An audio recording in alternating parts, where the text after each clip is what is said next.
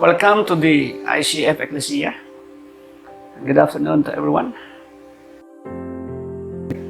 We continue our studies of the Word of God with this simple question. What is the worst sin that a Christian could do?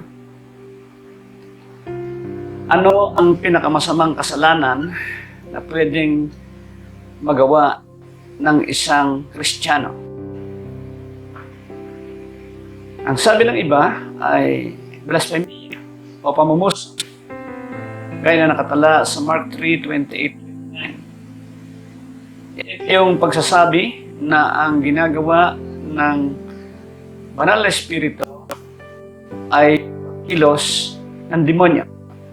At ang sabi noon, wala ito patawaran. Ang sabi ng iba ay idolatria.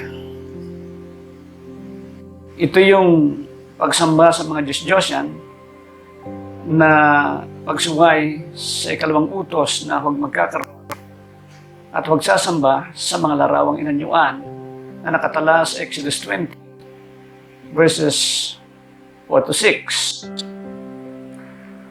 Ang sabi naman ng iba, ito yung pagiging malahininga, gaya ng nangyari sa iglesia sa Laodicea na nakatala sa Revelation chapter 3 verses 14-22.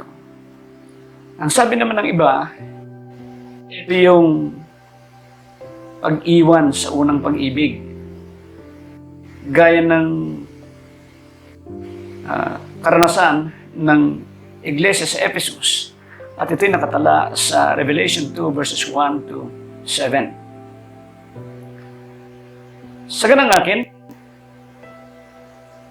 ang pinakamasamang kasalanan na magagawa ng isang Kristiyano at kahit hindi Kristiyano ay yung tinatawag na egocentrism. Ito yung ginagawang ang sarili ang sentro ng kanyang kalooban, ng kanyang kaisipan, at ng kanyang damdamin. This is self-centeredness. And this is the exact opposite of the love for God, which is making God as the center of one's mind, will, and affection. Yung pagmamahal sa Diyos, ang diwa na sinasabi ng Hebreo na Ahab o Aheb, kaya na makikita sa Deuteronomy 10:12. Ito rin yung diwa na sinasabi ng salitang agapao na siyang pandiwa ng agape. Yung pagmamahal sa Diyos na siya ang sentro ng isip, ng kalooban, ng damdamin, ng buong pagkatao. Ang isang nakakamangha, iyong salitang agapao na nagsasabi ng pag-ibig ng Diyos sa John 3:16. Yun din ang salitang ginamit sa utos na ibigin ang Diyos ng buong puso, buong kaluluwa, buong isip at lakas. At yun din ang salitang ginamit sa utosan na ibigin ang kapwa gaya ng pagmamahal sa sarili. Ang posibleng dahilan ay ang pag-ibig ng Diyos,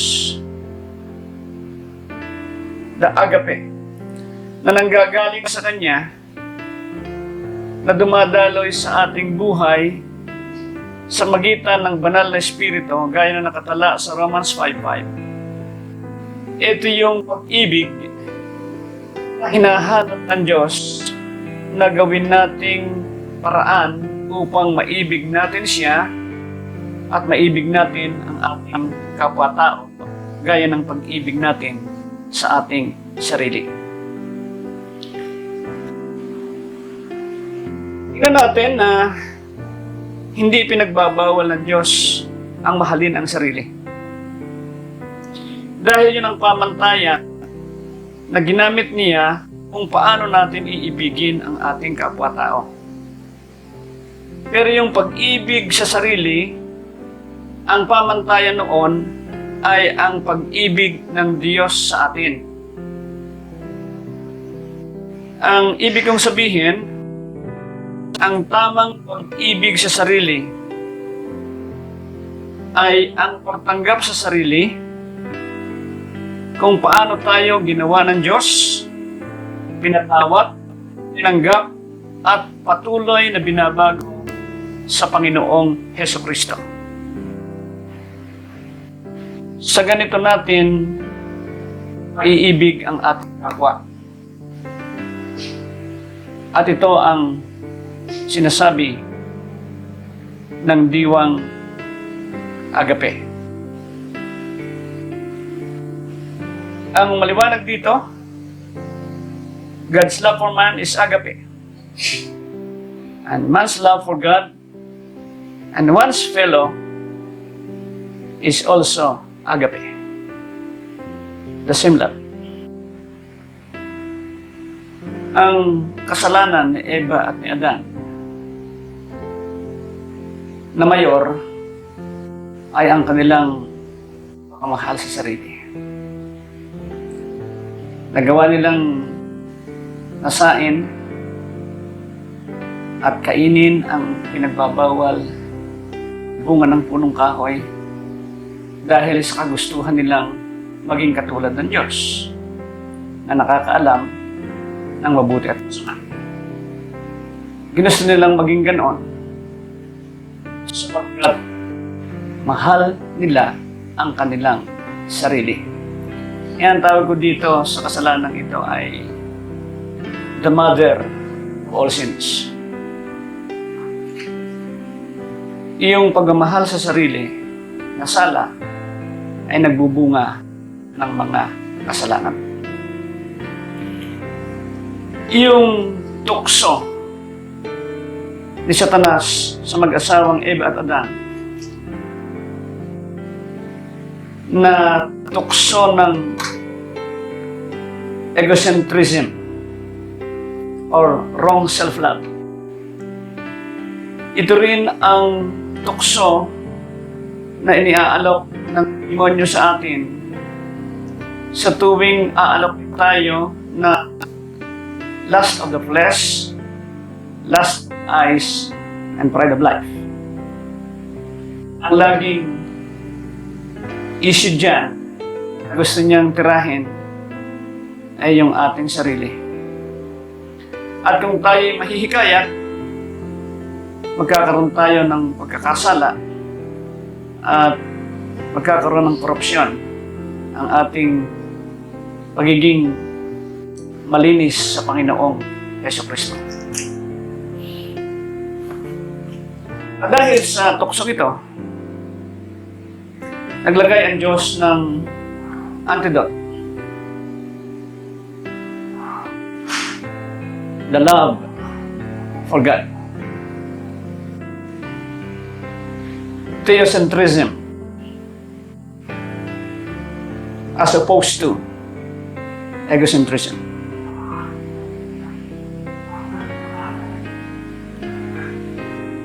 At magagawa nating mahalin ang Diyos ng buong puso, kaluluwa, isip at lakas dahil binigyan tayo ng bagong pagkatao at tayo binigyan ng banal na Espiritu na siyang nagbibigay sa atin ng masaganang pagmamahal na nagmumula rin sa Diyos upang mahal natin ang Diyos ng higit sa lahat, mamahal natin ang ating kapwa gaya ng pagmamahal natin sa ating sarili. We Christians are often comforted by the thought of our inseparability from God's love as found in Romans 8:35, 38, and 39, saying, "Who shall separate us from the love of God? None or nothing at all." To paraphrase, we are bothered, however, by the law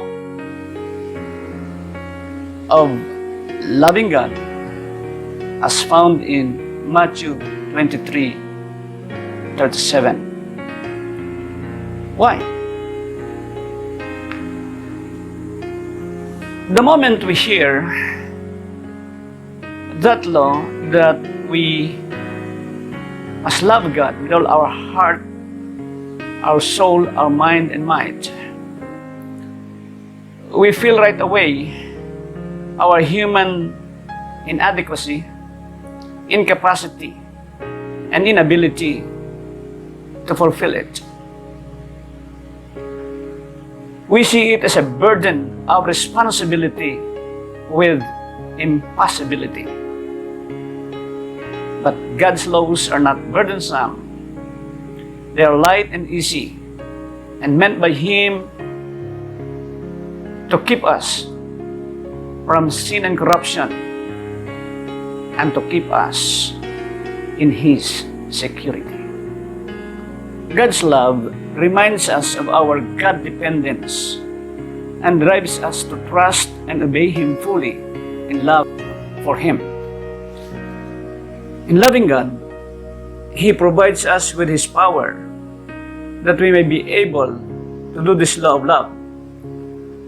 With this provision, God provides us forgiveness and restoration in times of failures. How great God's love is. The worst sin, egocentrism, cannot overthrow the greatest love of all, the love of God. Thus, we are encouraged to love Him most. From the understanding of the love of self, the love of God, and the love for God, we could see the rationality of the words of Jesus saying, "If any man wants to be my disciple, he must deny himself, take up his cross daily, and follow me." Luke 9:23. The Apostle Paul, in realization of his egocentric life, counted all things that he valued most as dung, including his dear life. The word dung in Greek simply means loss.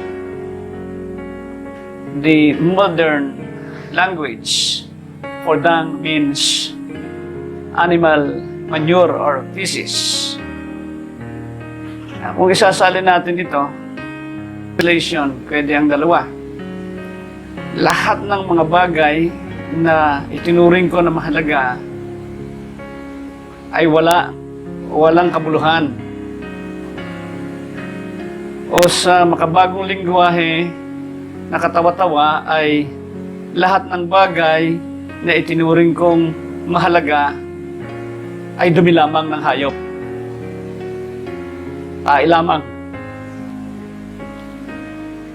Ito ay pagsasalarawan ng pagkaunawa ng tinatawag na one's nothingness before God. Ang sabi niya sa Philippians 3:7 and 8, "But what things were gained to me, those I counted loss for the sake of Christ. Yes, doubtless, and I counted all things but loss, for the excellency of the knowledge of Christ, Jesus my Lord, whom I have suffered the loss of all things,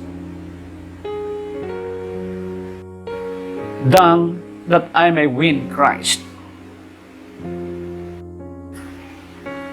Paul had all the human reasons to value himself and boast. Before his conversion, he was circumcised with the stock of Israel, from the tribe of Benjamin, from the seed of Abraham, Hebrew of Hebrews, and Pharisee of Pharisees.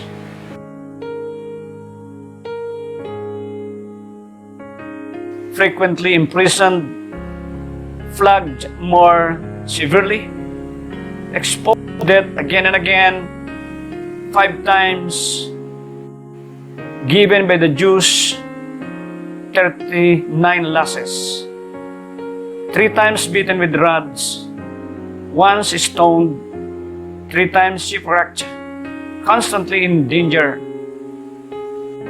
toiled and labored, without food, rest, and sleeping, have been cold and naked. He was even brought up to heaven and saw the glorious God and the glory. Yet in all this, his delight is in his weaknesses, in hardships, in persecutions, and in difficulties. For in all these experiences,